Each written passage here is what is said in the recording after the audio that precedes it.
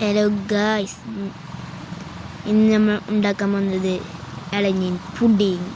അതിനായി തന്നെ ആദ്യം ഒരു പാത്രത്തിൽ ചൈന ഗ്യാസ് ഇട്ട് അത് ചെറുതാക്കി അരിഞ്ഞ് 10 മിനിറ്റ് വെക്കുക.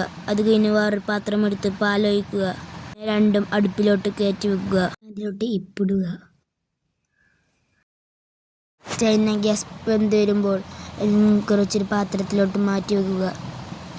പഞ്ചസാരയും ഇളനീനും ഇട്ട് മിക്സ് ചെയ്യുക. പിന്നെ ആ പാലിലിട്ട ചൈന ഗ്രാസ് അരിച്ചൊഴിച്ച് കൊടുക്കുക. നല്ലോണം അരിച്ചെടുക്കുക.